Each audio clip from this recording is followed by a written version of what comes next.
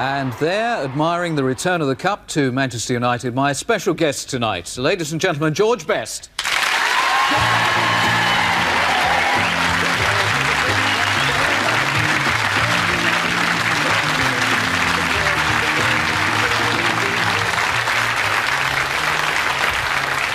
Lance Percival set the scene rather nicely, May 1963, but why was it the time of your life? Well, the thing was, I'd been in Manchester since I was 15, as you know, I'd left home in Belfast, and I'd gone through a sort of an apprenticeship period. I'd just had my 17th birthday, and that's when you know, the club usually decide whether to sign a player full-time professional. Of course, leading up to the cup final, they obviously had other things in their mind. So at the time, I didn't really know whether I was going to stay at Manchester United or whether I was going to go home to Belfast. And of course, it was a very important time for Manchester United, who was still getting over the effects of Munich. Yeah, it was really. It was the start of some great years. The air crash obviously had taken away some tremendously great players from a great club side. And Manchester United had become, in those days, if they weren't your team or the team that you supported, they were everyone's sort of second favourite team.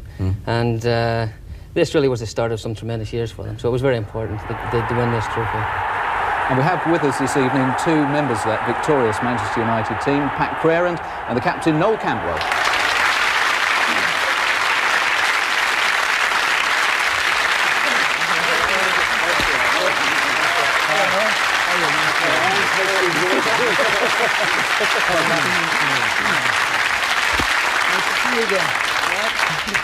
Well, he's already been honest and said that probably the guys at Manchester United had a lot more on their minds than George Best. Do you remember anything of him at that time? I do. I remember him as a thin, spindly sort of a guy who had exceptional ability and just a bit too young to appear in the cup final, but I think most of us appreciated that he had exceptional skill and he was going to be a great player, but he was just about probably 6 months too early for it to play in our game. But he was only a kid. He drank lemonade and he behaved himself. He behaved himself. He did so what? Well. Yeah, that's right. Probably orange squash and various things. I remember seeing him at the weekend. But at Manchester United, Noel, at the time, particularly the young players, they were sort of held down by Matt, and they were all together, and we were the senior players at the time. But he soon emerged as somebody we were all very excited about. Pat, were you aware of this emergence? Yeah. Well, as I say, we all were, because his ability was, I mean, unbelievable at that time. And for a young boy, and, you know... But I remember about the cup final, in actual fact, coming back from the game and him and John Fitzpatrick up at the window. But I remember one thing about it, because when the kids used to mix with the players, then Matt would maybe take one or two of them away somewhere and, you know, you get the kids round the table. Probably they'd never been in a big hotel in your life. And I remember asking them one day, do you want a prawn cocktail? No, we don't drink. George was quite a shy guy at the time. I don't think that many players, many people at the club, there were quite a lot of good, exciting young players there. And the thing he had more than anybody else, he had exceptional ability. But it takes more than just ability to be a great player. And I wasn't sure, there's a question mark until people emerge and play in the first team. I've seen some great individual players with ability and never make it. Yeah. So I think we were looking forward to him getting in the team, and as soon as he got in, I don't think he ever was left out of the team other than when he ran away or something like that. We might care to comment about some of the skills that we'll show you now. And Best. Oh, beautiful football. This man is a genius. Best just with stars between him and the goal, and he's got a clear chance, and that's won it. Best is accepted by worshipping fans and professional experts alike as the most lavishly gifted player in Europe, if not in the world. So identifying with him requires rather a lot of imagination. His game is an amalgam of superb, almost unnatural balance, unbreakable spirit, a delicacy of touch that stays true no matter how fast he moves, limitless ingenuity and ambition, and force out of all proportion to his physique. He carries onto the field a constant threat of the incredible.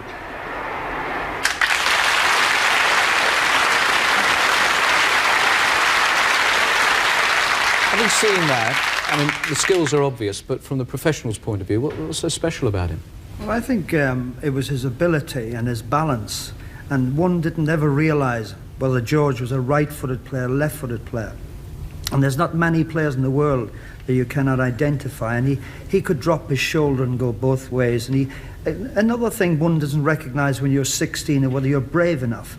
And we've all seen him, and again, he's one of the bravest players which people wouldn't even recognise. And I think his nerve was another thing, that, you know, the bigger the game, that he's just a calmer. And as a kid, as a young kid, when he played in cup ties and things like this, he was under pressure. He was a great player. I really never got nervous before the games. I think because you know, the lads will tell you, I mean, 10, 15 minutes before the games most of the time, they had to come looking for me. I used to be with my friends outside having a cup of tea. I remember the first game he ever played in the first team, in actual fact, was against West Bromwich Albion at Old Trafford. And he played against a lad called Graham Williams, who was a big, strong left back, but a good footballer who played for Wales. After Matt had told me, we were saying, this Stuart Williams is a big fella, and if he comes near you, he'll kick this out, you know. We were trying to, but we didn't frighten him. It didn't make any difference to him at all at that time. Gentlemen, thank you very much indeed. Thank you. Thank you. Because the 50s and the very smart styles were sort of battling with the beginnings of the swinging 60s. People were trying to get more casual, and men were growing their hair a bit longer, including you. Did you ever bouffon your hair? Ever sort of put it up at all? No. No, well... No. You have a bit of an image of a nightclubber. Do you ever do that sort of dance? You know, funny enough, I've never danced in my life. I'm glad I didn't after watching some of those. I tell you, we must have been nuts in those days, to do some of those things. No, but it was great. I mean, the 60s, it was such an exciting time, you know, with the music and all the new dances coming out. It was terrific. Yeah. Well, of course, you got on the stage quite early. We got a lovely photograph of you, I think at the age of about 14 months there. Not quite sure whether you got nappy trouble or whether you were trying to kick the ball there.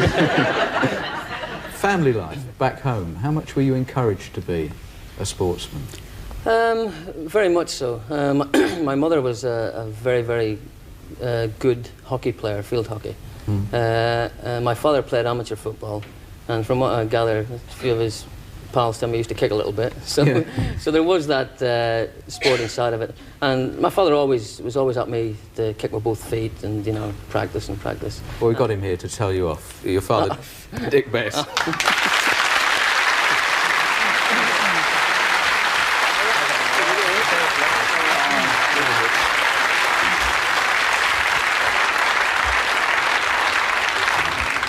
Did you spot that he was a natural footballer? Did you ever look at him and think, crumbs, he's something special? Yeah, well, I did think he had a lot of ability. In fact, most of my neighbours saw more of it than I did, actually.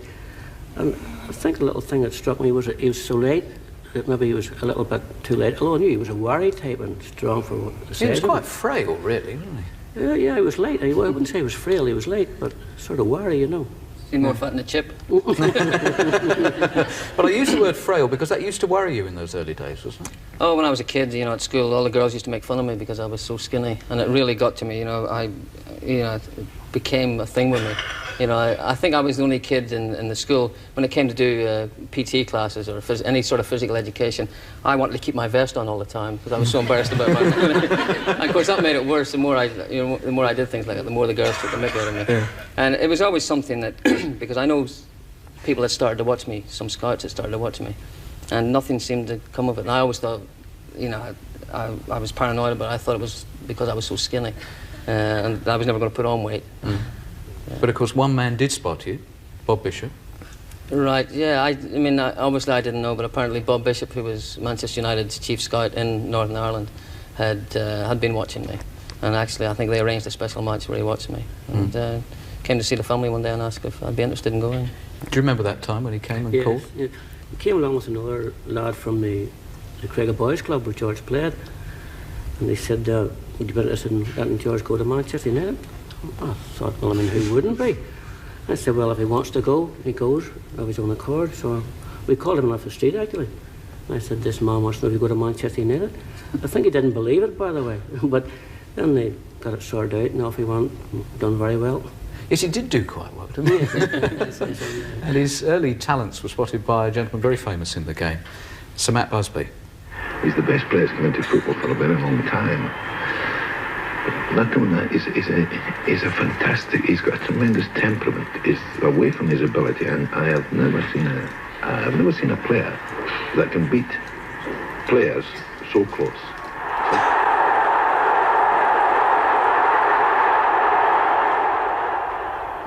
George, this is a surprise to see me here, and it's an occasion which I always recall. You're starting with Manchester United, and the way you started and the problems we had at that particular time. Our head scout in Northern Ireland at that time was Bob Bishop, and I believe he's still our scout here still. And he had been sort of recommending a little player, but more of an elf, because he was so small and so light and light-footed anyway. And of course I come away and I felt, well, this is a boy we must get interested in, despite his size at the time. I'm afraid a week after it, the bad news came that George had decided, I'm homesick, I want to go home. So I said, well, there's nothing much more I can do, except, George, if you change your mind, do get in touch with me. Because I was very impressed with the skills that he showed. There was natural ability. Well, it went about 10 days, and of course I got a call from Dick, his father, Dick Best, his father, to say that George had changed his mind and would like to come back and have a second go. And from there, that was the start of the great Best, one of the all-time greats. I'm sure he will live in some of the things he'd done on the field. The natural ability he had will be something I will keep in my mind all the days of my life.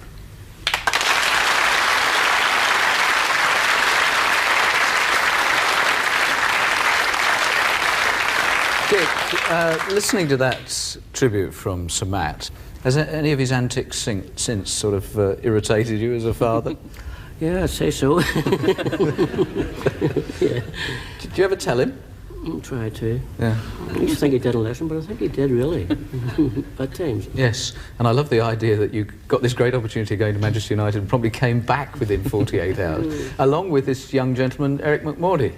We were both very, very homesick. You know, as I said, never been away, and we talked to each other and decided between us that we'd had enough after 24 hours. Well, of course, you conquered the homesickness. He didn't. He stayed in Northern Ireland, but he's here now. Oh, no. Enter Eric McMordy.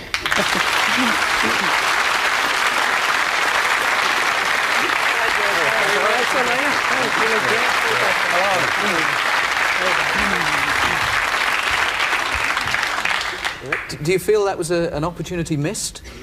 Yes, definitely. I think I would regret what I did always in life. Yeah. Basically because I felt obviously envious of George and what he's achieved in life, but basically he had the opportunity of playing with so many good players who already you've seen just a few this evening. So I think always I will regret not stopping at Manchester. But it was the most awful experience, quite honestly. It really was frightening.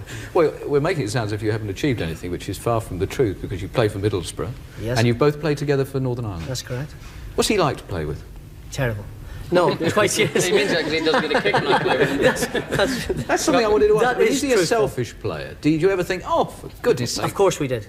Yeah, but the unfortunate thing was that what George would take on, he usually achieved, so you couldn't give him a good rollicking.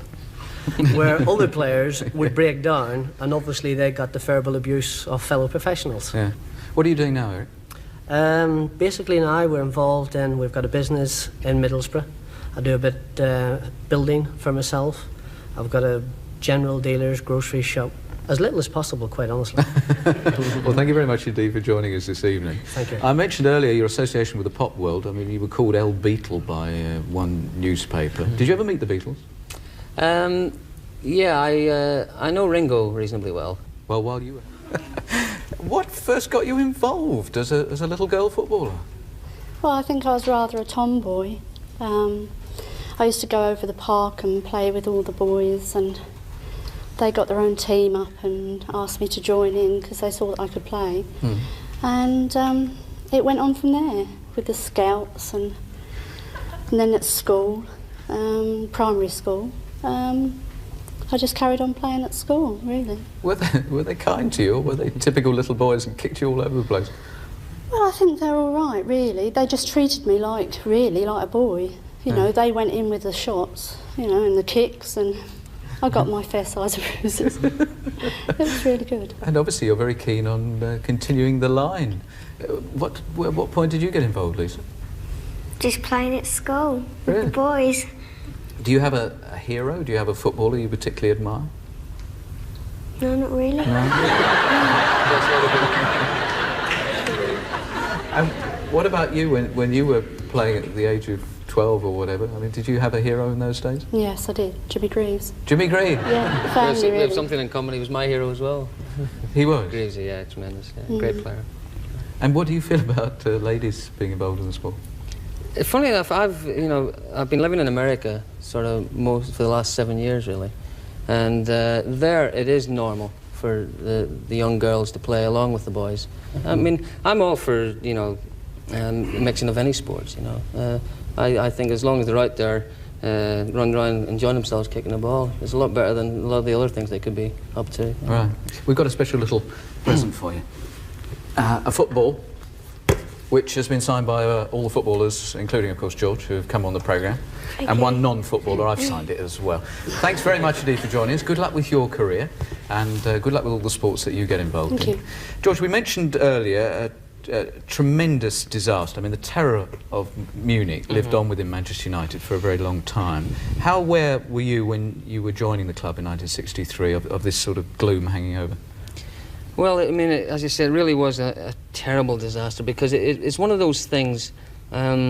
Of course, the Kennedy assassination was in '63, and I remember what I was doing, and the Munich air crash was the same sort of thing. It was one of those terrible days in history that almost everyone remembers what they were doing, and of course, it almost completely wiped out an unbelievably great side, great talented side. Well, this is the way in which the news people covered the story of the Munich air crash. Munich airport, and wreckage that tells the story of the dreadful disaster.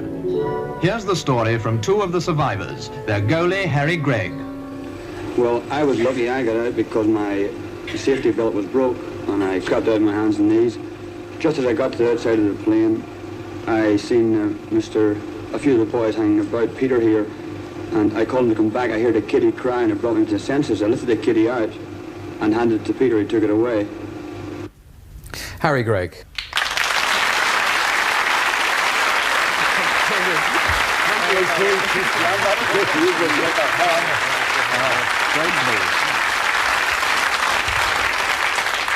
I don't want to dwell on it too much because it's not part of what we're talking about in 1963, but how much has the Munich thing hung over you? Well, it's bound to have made a certain mark on my life, but thank God I lived through it. Yeah. I was able to survive it and help other people. It was a tragic time for the country, a tragic time for the club, and a tragic time for journalists, because Britain at that time lost not only the great players, the great team, but they lost great journalists, which has been inclined to be forgotten over 40 years. Yeah. Well, let's move on to 1963, where you had every right, actually, to be a bit fed up because you got dropped from that cup final team, didn't you? I believe over a period of about a month before that cup final, the boss, better known as Sir Matt, spent time hiding behind trees. That's how fed up I was. Yes, I was very upset at being out in the final. Did this mean that you were maybe a little bit more aware of this young gentleman's arrival on the scene? I had been aware of George prior to the cup final because one of my few injuries, after it I went to train with the young boys at the cliff. And in those days I didn't like to be beaten and was inclined to chase people who beat me and try and beat them physically. And this kid came up to me, and in those days I thought that I could throw dummies and make the guy give me the ball. And this young kid did it to me the first time, and I thought it's a mistake. They don't do that to Greg. And did it again. And I'm very serious. It wasn't a mistake. It was the beginning of George Best. And after a period of time I spoke with the boss and I said, have you seen the young kid from Belfast? He said, yes, the one with the blue eyes and the short hair. And he said, it's a pity he's so small. That was the first notice I had of George. And what about the other way around? What was it like to play with the great Harry Gregg? Well, I mean, Harry is, I mean, apart from the Munich air crash, is a big hero to a lot of people in Northern Ireland. They're very, very proud of him, as I am, coming from Northern Ireland. I mean, I'd be proud of him whether I came from Northern Ireland or not, but it just helps to the fact that he, he was the Northern Ireland goalkeeper. I've tremendous admiration for Harry. I think the world of him. Let's have a look at some of the skills that Harry spotted so early on at the training ground. Down with the free kick. Up goes Best. He's scored. Manchester United United.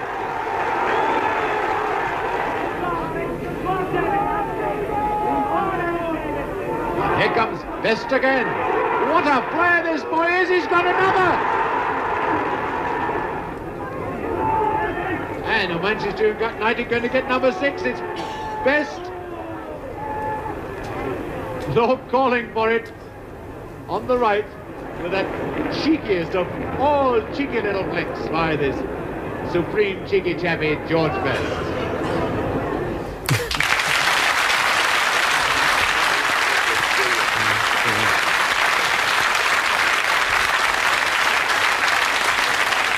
Harry, you just said that last bit was absolutely brilliant. It seems to me, looking at that, and I don't think you're going to be the greatest soccer pundit in the world, the game is different now. You couldn't have a George Best in 1984. They don't play football today. They play a game called soccer, which is a completely different game. There's times I look at the game today and I think they're playing for throw-ins because they play across the pitch a lot of the teams I see. When we played a game called football, where there were hammer throwers at centre half, people that kicked you. When tackling was allowed in the likes of George Best from the neck down. Those things were part of our game, where the old adage, if he puts his head down, don't disappoint him. Really and truly, that was part of the thing that the public came to see. But the last clip that it showed where George went through once, and he went from the 18-yard line past about 4 players, and he got himself in position almost in the byline, where a stupid player would shoot from a stupid angle. And George decided you don't score from the byline, so he actually dribbled the ball back through where he had come from and back-heeled to a fellow in a better position. Players are coached today to the point where they're looking for intelligent players to understand systems. Now, there's a big difference. I agree with Harry there. If kids do that today, you see, at the end of that, I lost the ball really because it didn't go to where I expected it to go. But if I'd have been today, someone would have clipped me across the ear for that, for losing the ball and for holding on to it too long. In those days, no one told me off because they knew that eventually through my own teammates screaming at me and through experience I'd learn. And I think, unfortunately, kids today are a little bit afraid to try things like that and do things that are a little bit different. I happen to believe it'll come back. You know, I hope it does because there just aren't any individuals left. Will it come back, Harry? Will we see George Bests in the 1990s? I pray to God it will. Ladies and gentlemen, Harry Gregg. Thank you, Harry.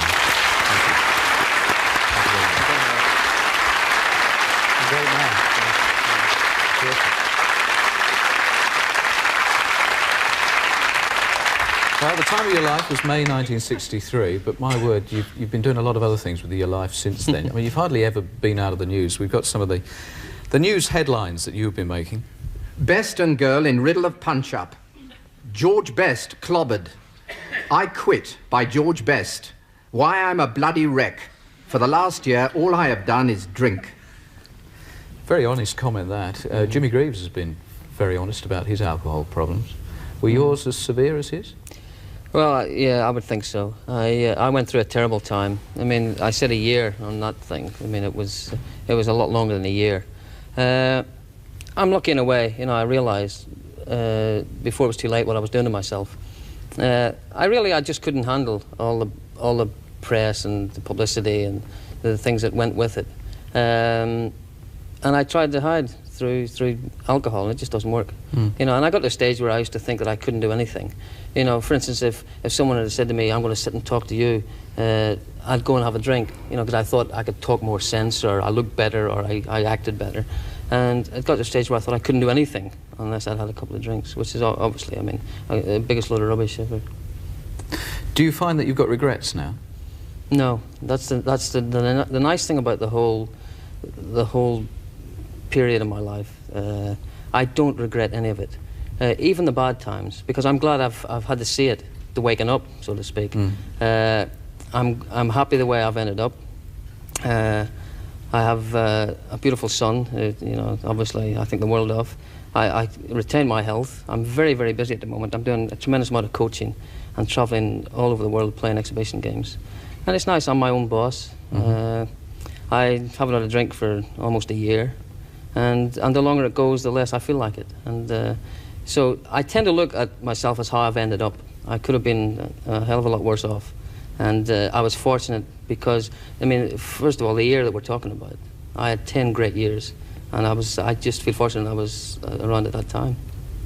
Are you ever aware of the amount that people are frustrated by the fact that somehow they almost feel a bit cheated about you, that you never realised the full potential? I mean, when I said to various friends, oh, we're going to do a show with George Best, to a man they all said, oh, if only. Yeah. There's a tremendous, I mean, your next book ought to be almost if only. Yeah. It's true, actually. My friends say the same to me. You know, as not only as friends, but I suppose as football fans. They say the same thing, you know, we only had 11 years, you know, and it should have been maybe almost twice that. But it wasn't to be, you know, and I can understand their point of view, because I'm the same when I see great players getting towards the end. I mean, I shortened it, you know, myself through various reasons, but I feel cheated when I see players like Jimmy Greaves and, say, Jim Baxter and players like that having to quit, because I admire them tremendously and I want to see them go on forever. But it's just not to be, and I feel sorry for them, you're right. I mean, my friends, when they say to me it should have gone on forever, I wish it had done, but you know, it didn't. And as I say, I tend to look at myself, I'm happy with the way I've ended up. Good. Thank you for the memories. Thank you for the honesty. Ladies and gentlemen, George Best.